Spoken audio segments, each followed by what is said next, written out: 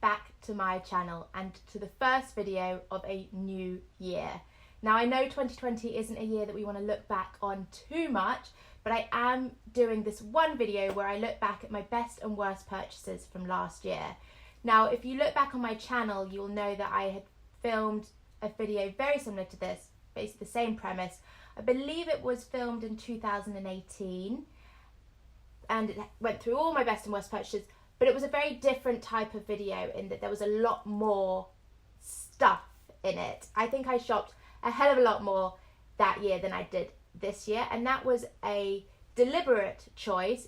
I will link a blog post below that I wrote in January 2020, basically talking about how I wanted to be a lot more considerate in how I bought clothes, consumed fashion. And I set myself a challenge where I wasn't going to buy anything new that wasn't paid for by money I had from selling old clothes. So basically I wanted to live a much more kind of circular consumerism lifestyle, and I definitely feel like I've done that.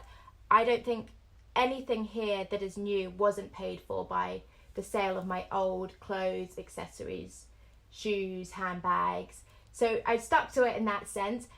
I also wanted to buy a lot more pre-loved fashion in 2020, and actually there is only one item here that I bought pre-loved, which is a little bit disappointing, but that is something I want to be focusing on more going forward into 2021. The other thing I want to say is in the 2018 version of this video, I actually did it in categories. So I had the best and worst handbag purchase, the best and worst shoe purchase, the best and worst boot purchase, the best and worst ready-to-wear purchase. I haven't done that this time because, as I said, I just haven't bought as much this year. So I've got my 5 best purchases and my 5 least best purchases. And I'm going to kick it off with one that I'm doing my best first. So probably made that clear. And this is a purchase that I made at the very early part of 2020. I think I bought it in February. It was my last trip to Bicester Village, and then we had lockdown in March. And this is what I got, which is the Balenciaga Hourglass blazer. Now, they do a coat version of this and a blazer. This is the blazer. The coat version is full length and it's a much more weighty fabric, but it has this same really cool hourglass shape. Now, this was actually bought on a bit of a whim. I admired this style for a while. I remember looking at them on Net-a-Porter and thinking they were absolutely gorgeous. However, I didn't expect to step into a Balenciaga at Bicester Village and walk away with one. It was quite a spendy purchase. Although, having said that, they retail for about £2,000, and I think I paid about £950 for this at the boutique. And they still have these full price on the website, so it wasn't a bad purchase. It was just an impulse purchase. And normally, impulse purchases do not fall in your best purchase category. So I got pretty lucky that I still love it, and I wear it a lot. It just looks amazing with everything. I wear it with joggers, I wear it with jeans, I wear it over like long dresses, and it just works with absolutely everything. So yeah, great purchase in 2020, and one that I'm sure I'll be continuing to wear for quite a few years to come. My second best purchase of 2020 was these Chanel trainers. These high tops were a sale purchase. Now, I don't think I've ever bought anything in the Chanel sale before. I think this was my first ever purchase. But I was chatting to one of the sales associates, and she did say that the summer sale last year was probably one of the best they ever had, just because of lockdown. They weren't able to sell a lot of stock before the sales came around. And they said their selection was, without a doubt, the best they've ever had. And I believe their sale is 40% off, which is quite a sizable discount. I think these were about 400 and something pounds, but I absolutely adore them. I actually had planned, so I was watching on Instagram a personal shopper's story, and they were doing the Chanel sale at the Harrods concession, and I saw her pick up a pair of shoes. They were trainers, but they weren't high tops. They were just regular trainers, and I absolutely loved them, but they were a size 35.5. I was like, well, I'm not going to buy them online through a personal shopper because I'm usually a 36. I do sometimes take a 35.5, but I just thought it was too risky. Anyway, I ended up going to London the week after, so I just thought, you know, I'll pop in. If they still have them, I'll try them on. And I did try them on, and they were a little bit too tight.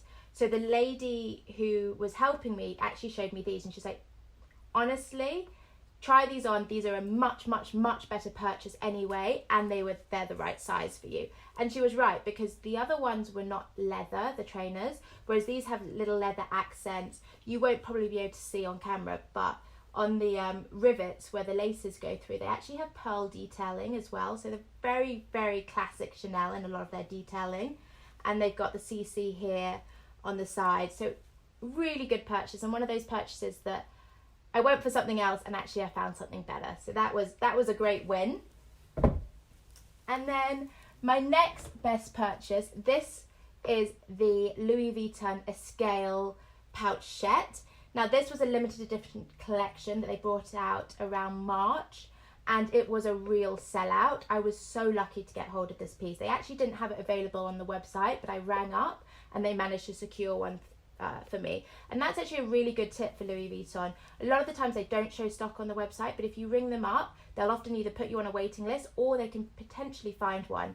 We were in lockdown at that point, so I think it was easier for them to find stock because, of course, the stores were closed, so I guess they were pulling stock from stock rooms up and down the country. But I was super lucky to get it, and these now resell for big, big, big money. Not surprising because they're beautiful. I mean, could there be a more me style handbag? And these are actually very, very, very well priced. If you are looking to get an entry level piece into Louis Vuitton, the pouchette is a great option. They're actually supposed to be wash bags, but I think as a clutch bag, they are great. It's a lovely little bag, easy to wear, really good size. You can fit everything you need in it. There's no pockets or anything. It's just very simple inside, but really, really good way to get into luxury fashion and get a luxury handbag for a fraction of the price. And then, to anyone that knows me, it will be no surprise that I am putting my Dior book tote in as one of my best purchases. This bag, I don't think I've used another bag this year. This has been the one I reach for every single time. It is starting to show a little bit of sign of wear. Like this, you can see it's getting a little loose. Here it was much more structured when I purchased it, but other than that, it seems pretty in pretty good condition. You can see here it's a bit loose and really, really handy. This is the small size. So originally the book tote they bought out was quite big, and then they bought out a smaller size, and now they do a micro size, which quite honestly I think is ridiculous. I don't know why anyone would spend that much money on something you can barely get your phone in. But anyway, this is, in my opinion, the best size, the small. Yes, they're expensive. I think I paid $1,950 for it, and I have a feeling the prices have gone up since then. So they are very expensive, but it's a great everyday bag if you're traveling, although admittedly we haven't done a lot of that in the last 12 months.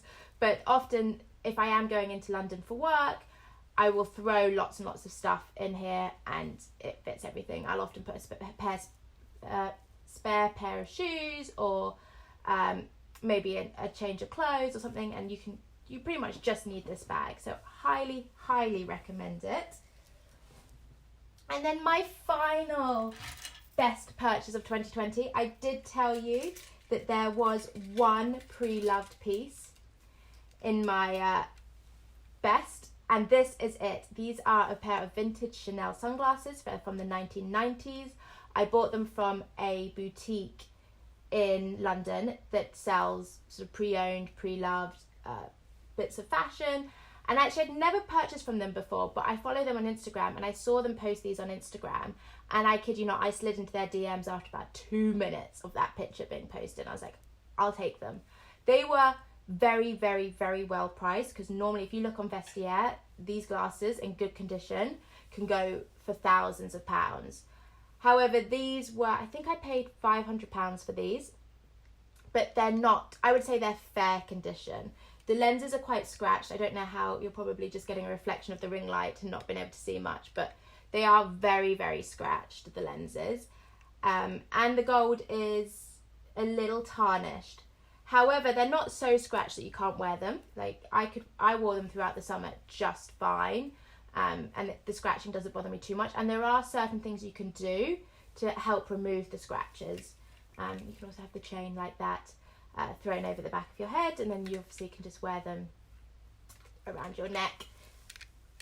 I am going to do probably a blog post about how I pick pre-loved items and how I decide which bits of wear and tear are acceptable and which parts of damage are a no-go. So I am going to do that, and I think this will be quite a good case study to talk about, because yes, they are worn, but that was reflected in the price, and instead of paying £1,500, I paid £500 for them, and I wore them, and let me tell you, in the summer I turned some heads wearing them.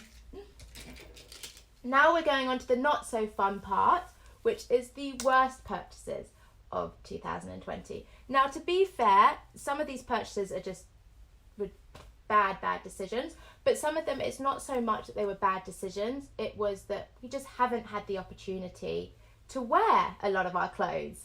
So some of it is just that I love it, but where am I wearing it to? We're probably going to be stuck in this pandemic for a few more months at least, and so they're going to be sat in the wardrobe for probably, but from the point I bought them to the point where I can wear them, at least a year, which is unfortunate. Anyway, I am going to start with this as my first worst purchase. Now, this I bought from Vestiaire. It is a Mingray bag, and I have wanted one of these for so long. I just have always thought their bags are adorable, and this was a particular favourite of mine. I bought it in February of last year, and I got it for a bargain price. I believe I paid £162 for it, and it was listed for more, but I made quite a cheeky offer. I think I made like a rock bottom offer, and she accepted it. So I was just like, you know what, I'll have it. But the problem is, I just haven't worn it. We're coming up to February. We're not that far away from February, so it'll be a year of not having any wear, and I think that's a real shame. When I was pulling bits and pieces together for this video, I pulled this out and I was like, you know what, I have to wear it. And I did have a sneaky wear at the weekend when I took my dog and my boyfriend. We went for a country walk in literally the middle of nowhere, and it was so muddy, and that was when I christened this bag. So I don't really count that as a wear. That's not really a going out kind of wear, because no one saw it, and actually it was a bit risky because it was so muddy. But anyway, sometimes you just have to try and sneak in a wear somewhere. And then my second not so great purchase are these Dior Mules. I think these are called the Delight shoes. I might have to double check that. But I had wanted these for ages. I actually originally wanted them in the black, but I have the Dior slingbacks in black. So when I saw these in nude, I was like, well, that's a good alternative. And not only that, they were 30% off. And I was like, you know me, I just can't resist a discount in a sale. And so I thought, you know, I've wanted them for a long time and they're on sale. How could I say no? Problem is, they have not really been worn. I think I wore them very, very briefly for maybe an hour, if that. And I haven't had the opportunity to wear them. And also, they are the kind of shoe that goes better with a trouser or a pair of jeans. And I do tend to find myself in dresses. So maybe not perfectly suited to my wardrobe, but I do love them, and they look incredibly elegant on. And you know, Dior at 30% off is hard to argue with, but I just need to get some more wear out of them to make them a good purchase. And then I've got, let me do this little dress, which is a dress from Olivia Ruben. I am a big fan of Olivia Ruben. In fact, behind me, if I can find it, I have an Olivia Ruben skirt that I bought last year, which didn't quite make it into this one, sequined one. Didn't quite make it into my best purchases of 2028, but almost. I wore it quite a bit, and I love her stuff. It's quite me. It's quite like, I love the colours, and it's a good way of adding a pop of colours, buying a piece of her clothing, especially if you're not somebody that's super brave usually with rainbow prints. She does it in a way that I feel it's not too much. Like this dress, for example, which is black silk with this really lovely rainbow trim in sequin, and then on the back is this beautiful little rainbow bow. And this is such a gorgeous dress, and I bought this when I was in New York, I think end of January, and it was on sale, and I don't think it was very much. I think it ended up being, by the time I converted it, it was like 85 or 90 pounds. And I was going to go to Barbados over summer, just like around May time, so early summer. But unfortunately that got cancelled for obvious reasons, and I had planned on wearing this in Barbados. So again, it's another one that has sat in the wardrobe unworn. I haven't had a chance to wear it, but when I do, I'm sure I'll absolutely love it and enjoy it, but it's just a bit wasted at the moment. And then I've got these boots from Essential Antwerp, which is a brand I don't really know an awful lot about, but they have a store on the King's Road in Chelsea, and I just happened to be walking past and I saw these in the window and it said 50% off, and I just found myself drawn into the shop. I think these are the coolest, most fun boots ever. Really, really love them, and they're kind of thing you can wear them with dresses, you can wear them with jeans, you can wear them with trousers, and they just make a real statement. I did wear them, I think maybe a week after I bought them, and they literally chopped up the back of my legs, like here. I don't know what it was, but for some reason it just really cut into my leg, and it's actually left a scar from how badly it cut into my leg. And it's only one foot that did it, so I can't quite put my finger on why one boot really cut up my leg and the other one didn't. But it's just made me super, super nervous to wear them again, which is a shame because they are great fun, but they literally attacked me, these boots. They actually attacked me. And then my final worst purchase of 2020 is sort of similar to those shiny boots in that it's very, very sparkly. These are a pair of Sequin Bauman trousers, and they are, I mean, there's no doubt about it, they are absolutely incredible. I hope that the camera is picking up kind of the oil slick that the sequins give off. It's just absolutely beautiful. Now, I bought these on the outlet, and I bought them because they were having one of their clearance sales, and they were 90% off. So they ended up being £280 as opposed to £2,800. And I just couldn't resist them. And I love a pair of evening trousers. I think there's something super, super, super chic in wearing a pair of really beautiful tailored trousers or a pair of sequin trousers rather than a dress, and then maybe pairing it with a gorgeous tuxedo jacket or something. I think it's such a chic look. So I found these really, really hard to resist. But again, in 2020, where are we wearing sequin trousers? Nowhere.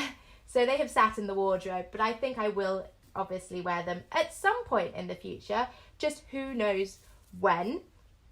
This particular pair of trousers is from a collection maybe 3 years ago, and I bought from that same collection one of their sequin blazers, so it kind of seemed quite nice and apt to have the trousers. I wouldn't wear them together. I will put a picture of the sequin blazer on the screen so you can see that they do not go together, but it's just quite nice to have two pieces from that collection. It probably is also my favourite collection that Bauman ever produced.